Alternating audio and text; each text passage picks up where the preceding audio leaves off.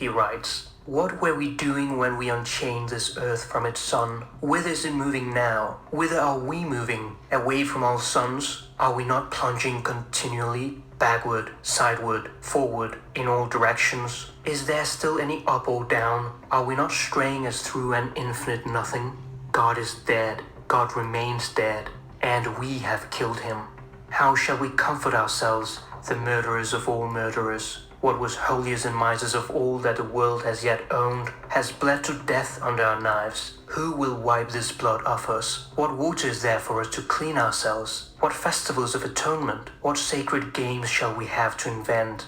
Is not the greatness of this deed too great for us? Must we ourselves not become gods, simply to appear worthy of it?